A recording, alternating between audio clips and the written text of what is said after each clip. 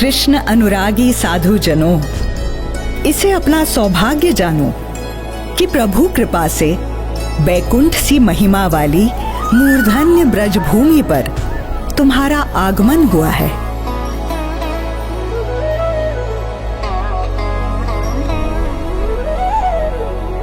मैं भी तो श्री कृष्ण इच्छा से ही गोलोक धाम छोड़ पृथ्वी पर आई थी।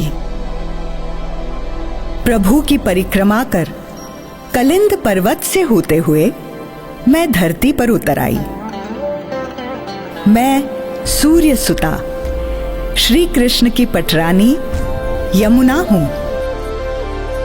मैं श्री कृष्ण के बाएं अंग से उत्पन्न हुई और ब्रज में मेरा वास है।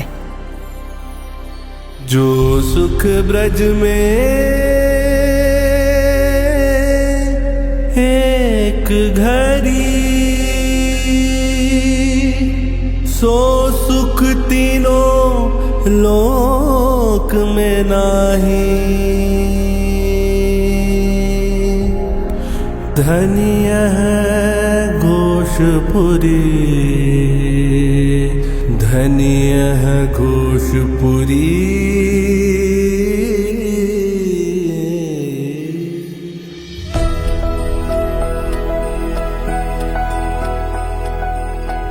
ब्रज, जहां सौंदर्य माधुर्य निधि भगवान मुरली मनोहर ने अनेकों लीलाएं रची।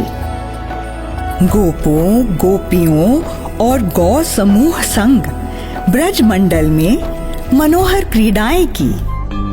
मेरे नेत्रों से देखो तो ब्रज में श्री कृष्ण लीला आज भी सतत घट रही है।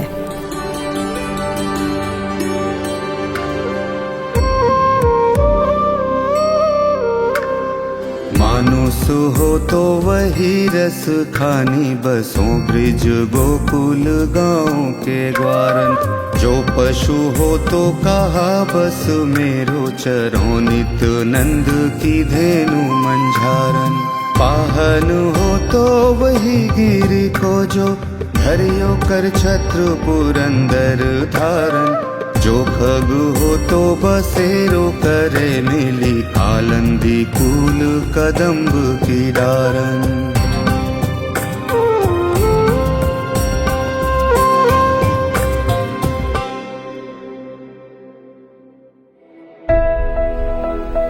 लीलाधर का लीला रस सदा ही आनंद का संचार करता रहता है, परंतु श्री कृष्ण कथा के मूल में जाऊं तो अधर्म से पीड़ित वसुधा का करुणा क्रंदन सुनाई देता है। जैसे सूर्योदय की पृष्ठभूमि में रात का अंधकार होता है, वैसे ही श्री कृष्णावतार का निमित्त बना पृथ्वी पर फैला वो तमस जिसका नाम था कंस।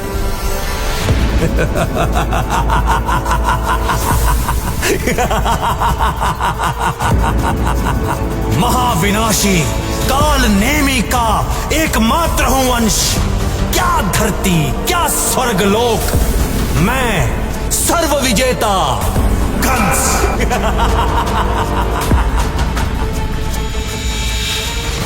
देवद्रोही दैत्य काल नेमि ने घोर तप कर ब्रह्मा से वर पाया और अजेय हो गया। उसी काल नेमि ने द्वापर युग में यदुकुल में जन्म लिया और कंस कहलाया। अपने बल से उसने बड़े बड़े दैत्यों को परास्त कर अपने अधीन कर लिया और देवराज इंद्र तक को पराजित कर दिया।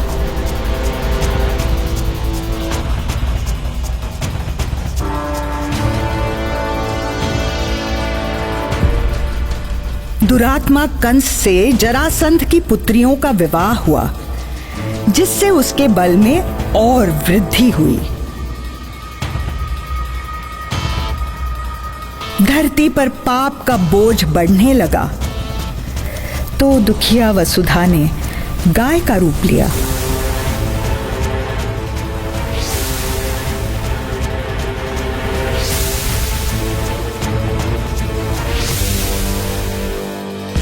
दानव, दैत्य, असुर स्वभाव के मनुष्य और दुष्ट राजाओं के भारी भार से मैं अत्यंत पीड़ित हूँ। मेरी रक्षा करें, मेरी रक्षा करें। वेद मेरी वाणी, ब्राह्मण मेरा मुख और गौएं मेरा शरीर हैं। आप सभी देवता मेरे अंग हैं। साधु पुरुष तो हृदय में वास करने वाले मेरे प्राण ही हैं। मैं शीघ्र ही भूलोक पर अवतार लूंगा और वसुधा का संताप हरूंगा। हे भक्त वत्सल्य, मैं आपकी प्रतीक्षा करूंगी और आपके अवतार लेने तक केवल आपके नाम के सहारे पाप का बोझ सहूंगी।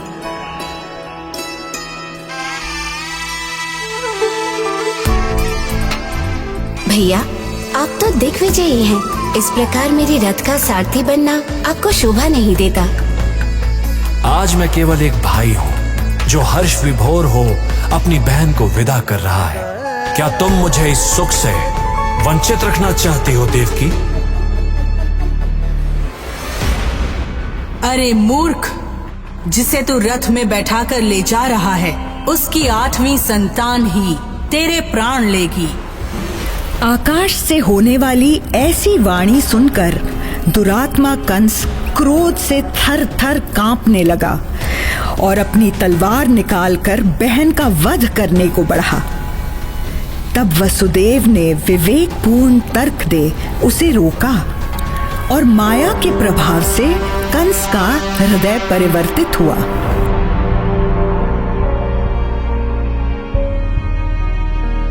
परंतु भोज वंश के कलंक ने फिर भी देवकी और वसुदेव को बंदी गृह में डाल ही दिया। एक एक कर देवकी के 7 पुत्र कंस की क्रूरता की भेंट चढ़ गए। मृत्यु के भय ने नराधम के मन की हर कोमल भावना को नष्ट कर दिया था। देवकी, धीरज रखो। जिस माँ के सामने उसके नवजात शिशुओं का वध कर दिया जाए, वो कैसे धीरज धरे महाराज? जिस परमात्मा ने हमें अपनी लीला का साधन बनाया, इस दुख को सहने की शक्ति भी वही देगा। उसकी राह तो सभी देख रहे हैं। तुम्हारी कोख को धन्य करने और पाप का नाश करने वाला बस आने ही वाला है। फिर भादों की अष्टमी की अर्धरात्रि आई। रोहिणी नक्षत्र था। सभी ग्रह और तारे शांत।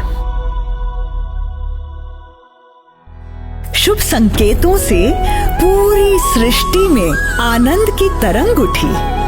शुभ चिन्हों से सुशोभित श्यामल शरीर वाले तारणहार प्रभु श्री कृष्ण का जन्म हुआ।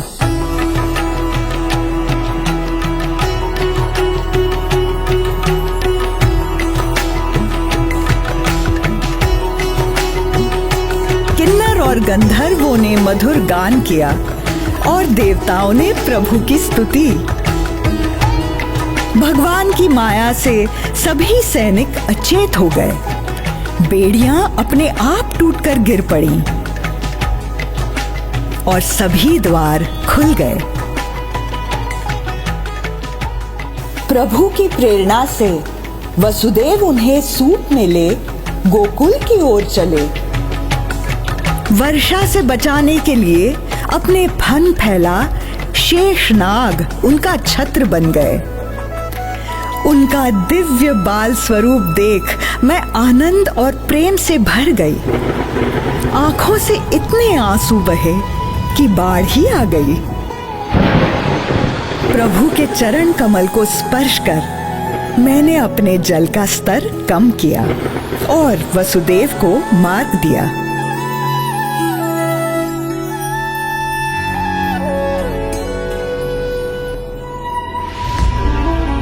श्री कृष्ण को मूर्छित यशोदा के पास छोड़ वसुदेव उनकी पुत्री को लेकर मथुरा लौट आए।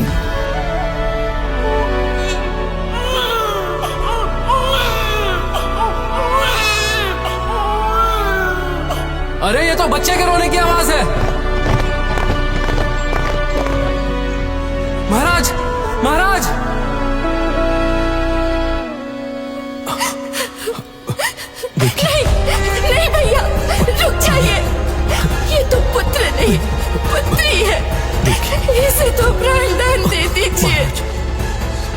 ये सब माया है। इसे प्राणदान देकर स्वयं के लिए मृत्यु चुन लो, कदापि नहीं।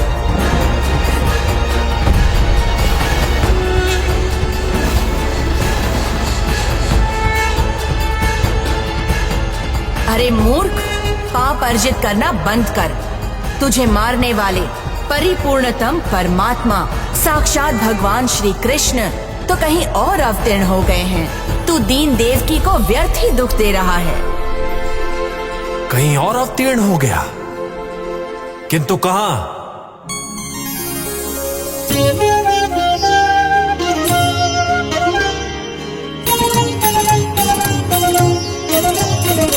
गोकुल में बजत बधैया, नंद के घर जन्मे कन्हैया। गोकुल में बजत बधैया, नंद के घर जन्मे कन्हैया। आई वसुधा पे तारनहार, लियो पर ब्रह्म अवतार। लियो पर ब्रह्म अवतार। बनी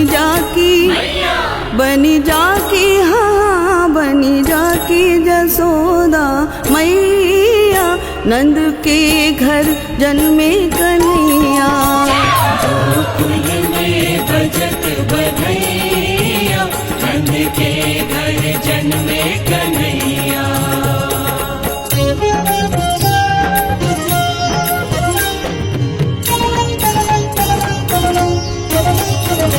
पूरी नगरी में शोर भयो भारी, नाचे गाँव में सबई ब्रज नारी।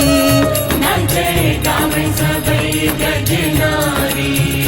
पग थिरकत है हाँ, पग थिरकत है हाँ, पग थिरकत है ताता थैया, नंद के घर जन्मे कन्हैया। गोकुल में बजत बधैया, नंद के घर जन्मे कन्हैया। गोकुल में बजत बधैया, नंद के घर जन्मे कन्हैया।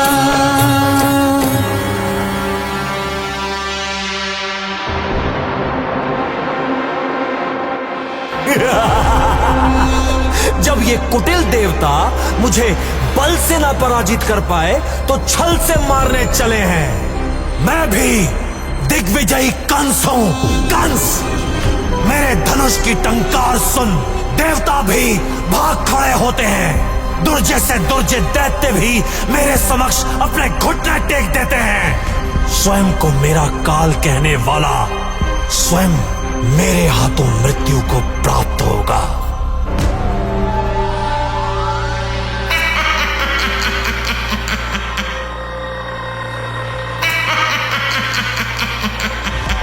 हमारे होते हुए आप क्यों कष्ट करेंगे स्वामी? हम पूरे व्रज में घूमकर आपके शत्रु को खोज निकालेंगे और उसका नाश कर देंगे। खोजने में समय क्यों गंवाना? पिछले 10 दिनों में जन्मा जो भी बालक हो उसके प्राण हर लो, जाओ।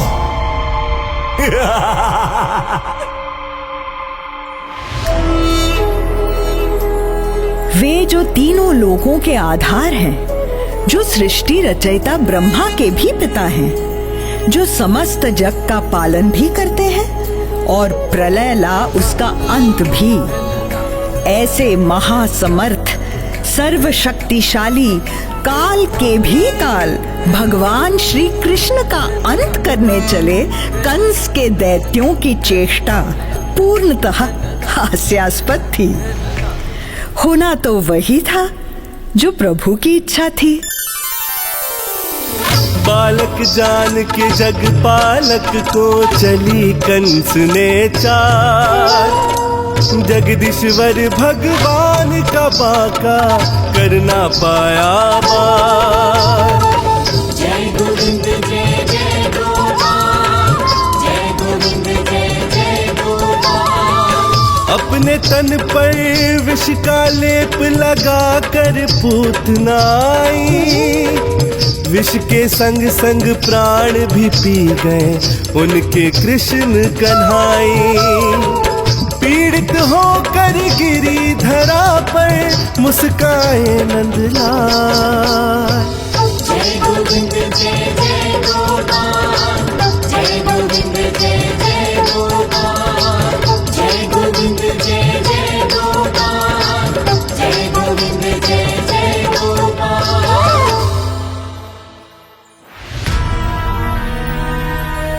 कंस के भेजे दैत्य यूं ही आते रहे और करुणा निधान उन पर भी दया कर उनका उद्धार करते गए।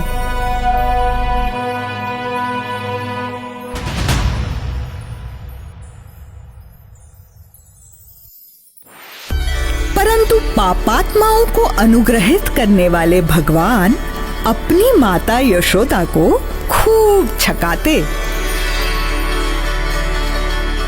अरे ओ नंदरानी, लल्ला को उखल से क्यों बांध रही हो?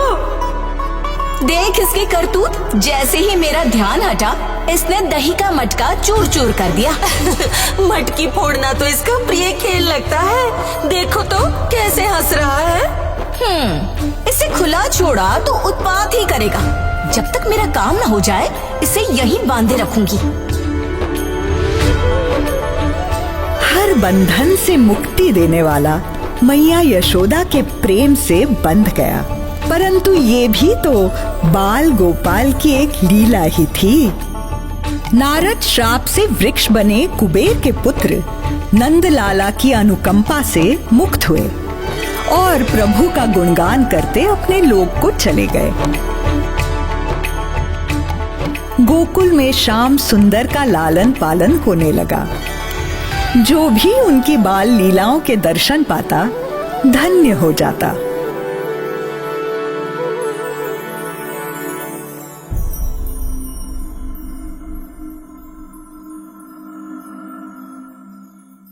धूल में लिप्त गायों के साथ खेलता ये बालक श्रीहरि अवतार है?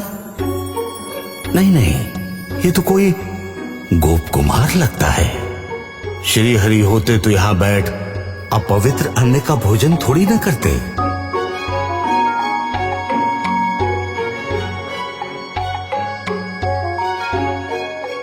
भोजन के चक्कर में बछड़ों से तो ध्यान ही हट गया। न जाने कहाँ गए सब। तुम बैठो, मैं जाकर खोजता हूँ। अब तो इस रहस्य का उद्घाटन इसकी परीक्षा लेकर ही होगा। प्रभु का अनोखा रूप देख ब्रह्मा चकित हुए और उनकी परीक्षा लेनी चाहिए। उन्होंने बछड़ों के साथ साथ गोप बालकों का भी हरण कर लिया और अंतर्ध्यान हो गए।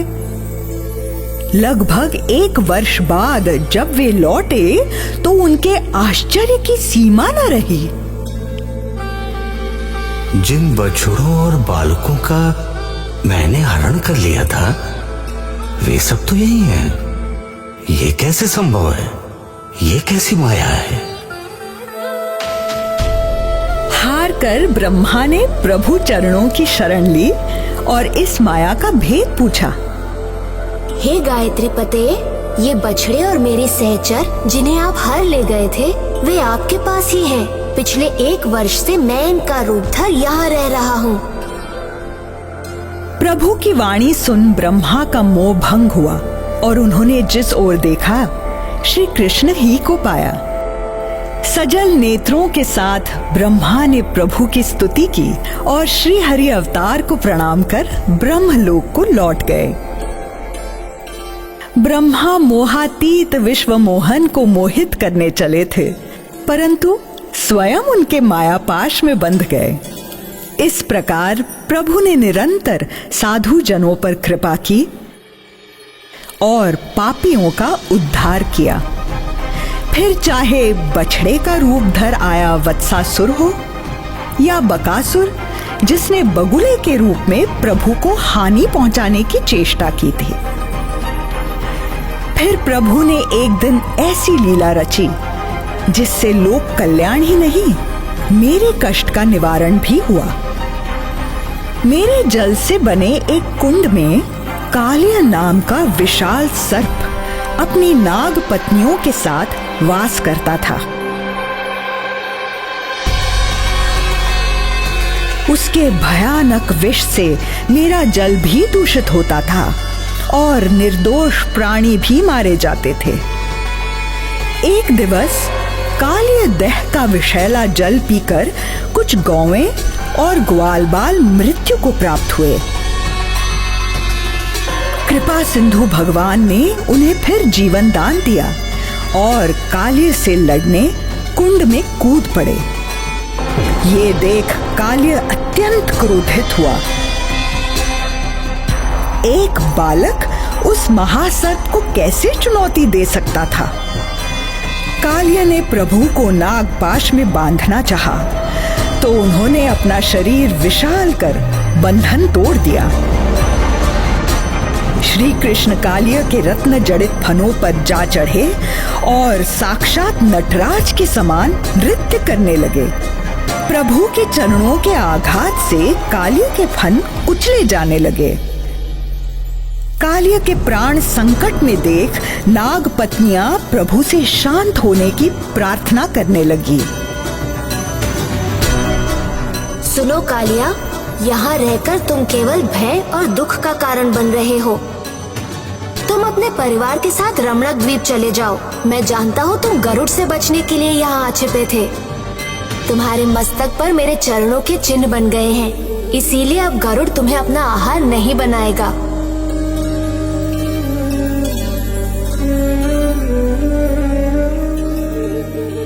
प्रभु के समझाने पर कालिय ने हिंसा का त्याग किया और सत्कर्म का मार्ग चुन कालिय दह से चला गया। बुरे कर्मों से कष्टदायी प्रारब्ध का निर्माण होता है और सत्कर्म सुख और शांति का आधार बनते हैं। जीवन की हर परिस्थिति कर्म पर निर्भर है। कर्म योग का ये भेद अब गोकुल वासियों के साथ साथ देवराज इंद्र को भी समझ में आने वाला था। अरे काका, आज सब किस काम में व्यस्त हैं? हम लोग यज्ञ करके इंद्र को प्रसन्न करेंगे लल्ला। इंद्र की कृपा होगी तो वर्षा होगी। अगर इंद्र वर्षा ना करे तो खेत सूख जाएंगे और प्राणी प्यासे रह जाएंगे। नहीं काका, ये सत्य नहीं है। सुख दुख, जीवन मृत्यु सब जीवों के कर्मों का फल है। इंद्र इसमें तिल भर भी हेराफेरी नहीं कर सकता। हम तो सदा के वनवासी हैं। वन और पहाड़ी हमारे घर हैं। इसीलिए हम लोग गौओं, ब्राह्मणों और गिरिराज का यज्ञ करेंगे।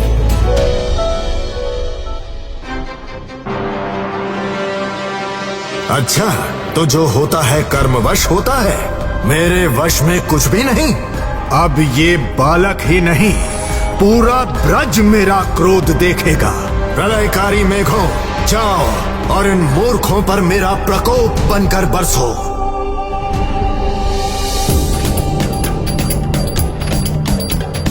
दूत विनाश के बनमत वाले धम धम बादल गरजे।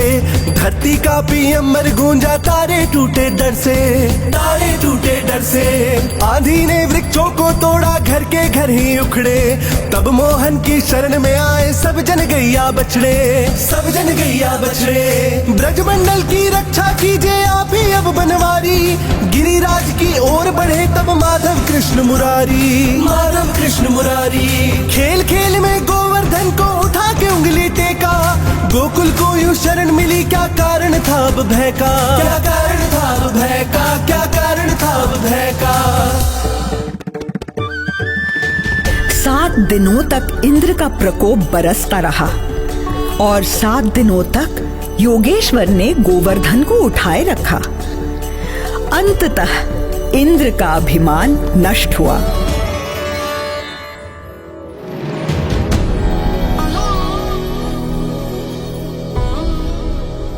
प्रभु, माया के वश में आकर मैं आपको भी न पहचान सका। अपने दास को क्षमा करें, क्षमा करें दया निधान।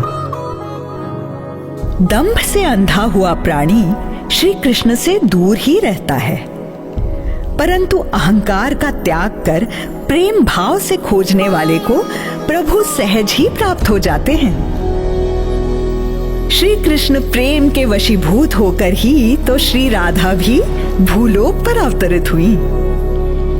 दोनों के आत्मिक संयोग के दर्शनाभिलाषी देवता वृंदावन की ओर चले आते और श्री कृष्ण रासलीला का अवलोकन कर प्रेमामृत का पान करते।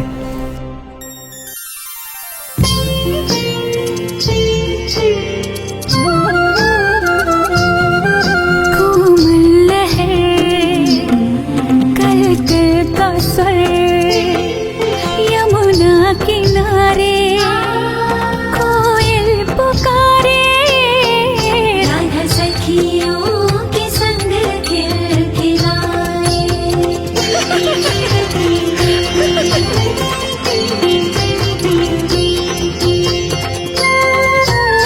घट भरे सुकुमारी, नीर अमृत धारी, यमुना माँ उपकारी, हरि प्रिया हितकारी।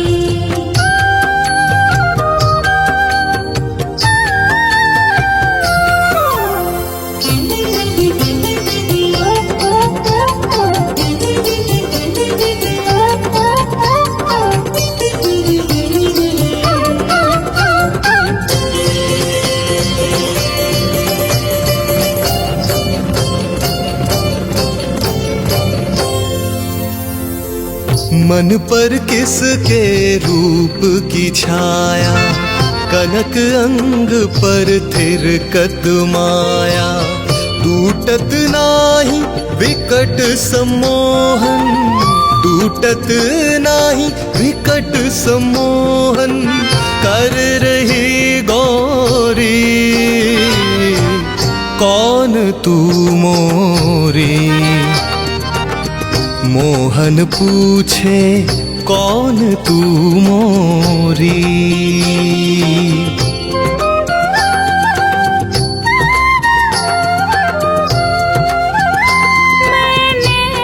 की डोरी हूँ, क्या बूझे क्या तोरी हूँ।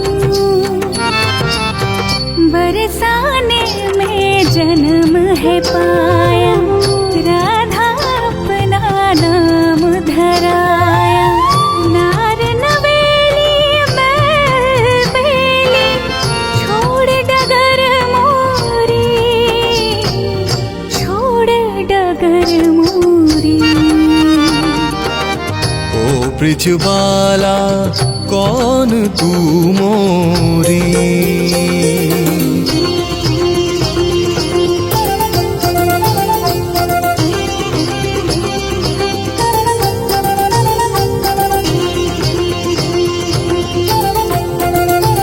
यूं मुरली मनोहर राधा में होवन लागी जोरा जोरी। मटकी फूटी चुनरी छूटी, फिर सुध बुध नाही रही थोड़ी। इस ओर गवालों की टोली, उस ओर सखी राधा दल की। लीला से हर्ष विभोर हुई, एक लहर उठी यमुना जल की।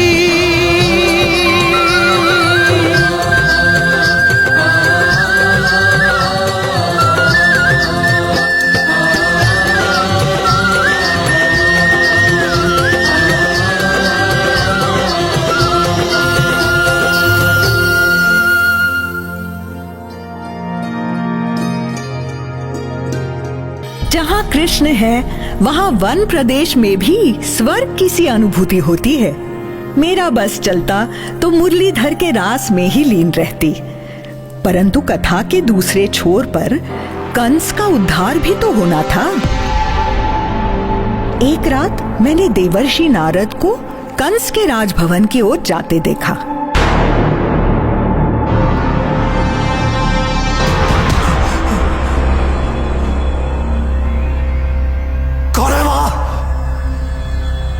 नारायण नारायण, एक हल्की सी ध्वनि हुई और महाराज जाग गए।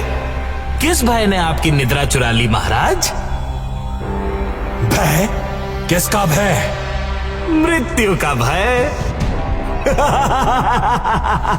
मुझे मारने वाला तो स्वयं मुझसे भयभीत कहीं छुपा बैठा है। कहीं कहा, वो तो आपके राज्य में ही रहता है। देवकी का 8वां पुत्र नंद के घर में पल रहा है और समय आने पर आपका वध करने वाला है महाराज। नारद! नारायण नारायण।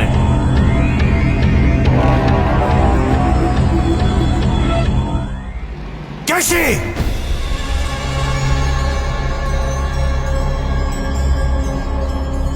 तुरंत गोकुल जाओ और नंद के पुत्र का वध कर दो। कंस ने आवेश में आज्ञा तो दे दी, परंतु केशी का भी वही हाल हुआ जो पूतना और तृणावर्त का हुआ था। इतना सब होने पर भी कंस की बुद्धि पर पड़ा माया का पर्दा नहीं उठा और उद्दंड ने अक्रूर को भेज श्री कृष्ण और बलराम को मथुरा आने का न्योता दिया। प्रभु कंस की चाल को समझ गए और मथुरा नगर जा पहुंचे।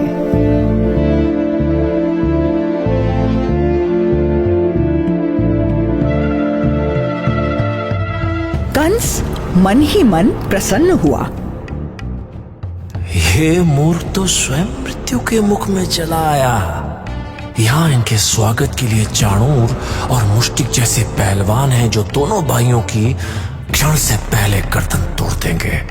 अखाड़े में ये अपनी माया कैसे चलाएगा, मैं भी देखता हूं।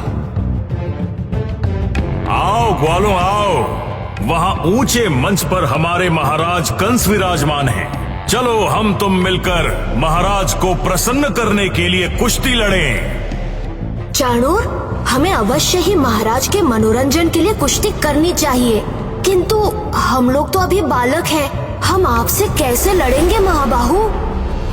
परिहास क्यों करते हो?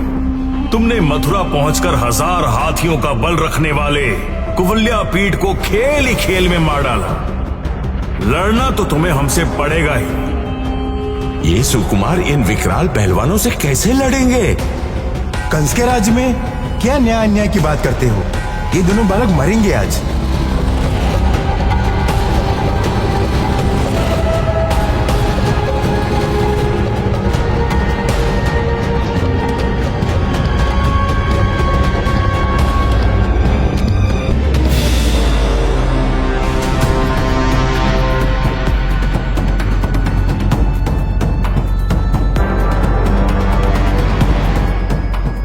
अरे इन बालकों ने बड़े बड़े दैत्यों को मार गिरा है। देखो देखो चाणूर को कैसे पटखनी दी है। धन्य है, धन्य है, धन्य है, धन्य है। कैसे संभव है? महाबली चाणूर, मुष्टिक, कूट, शल, तोषण सबके सब मारे गए। सैनिकों, वसुदेव के इन बालकों को नगर से बाहर धकेल दो, नंद को कारागार में डाल दो और वसुदेव को मृत्यु दंड दो।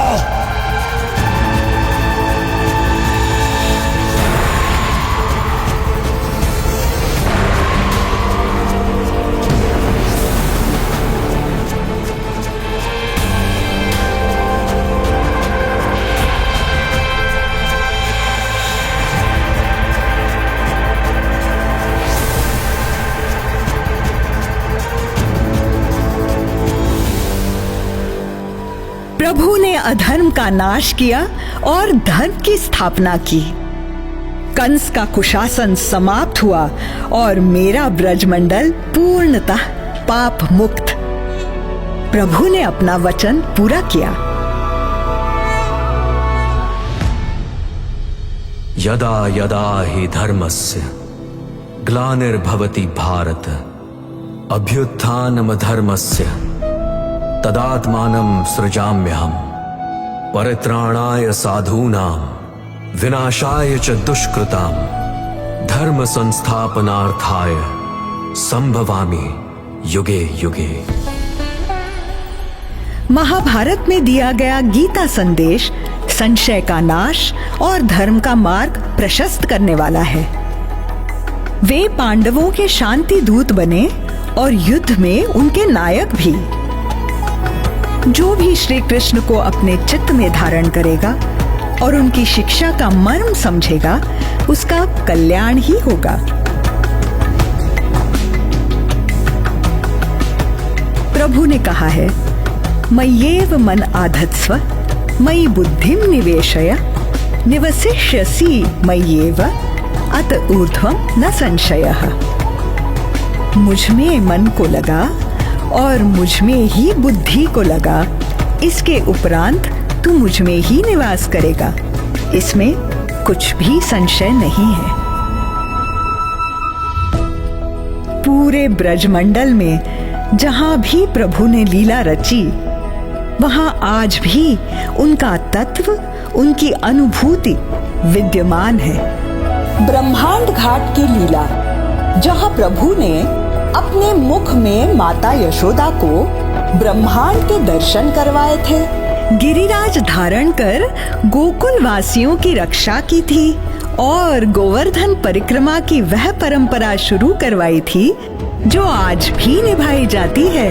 निधि वन में महाराज की प्रेम धारा आज भी बहती है और लगता है जैसे विश्राम घाट पर कंस वध कर प्रभु आज भी विश्राम कर रहे हैं। ब्रज और कृष्ण एक ही हैं। जो श्रद्धा चक्षु से देखेगा वो पाएगा। नंद किशोर यही है, यही है।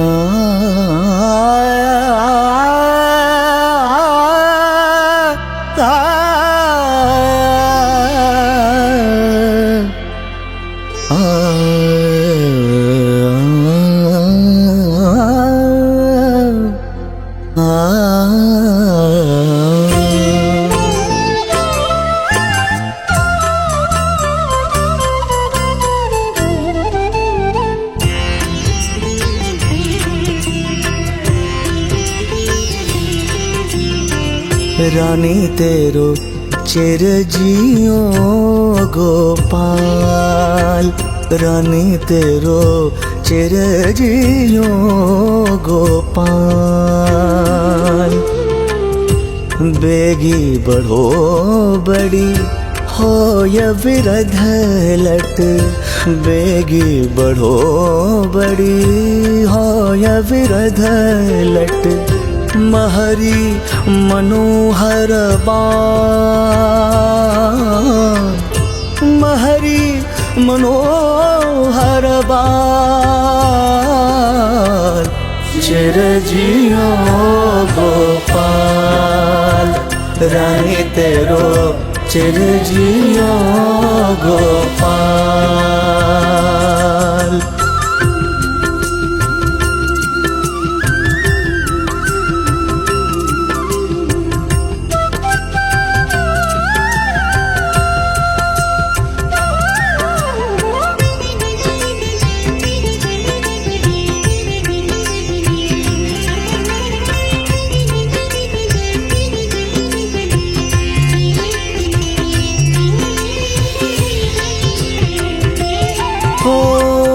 उपजी पर्यो यह कुखी भाग्य बल, उपजी पर्यो यह कुखी भाग्य बल।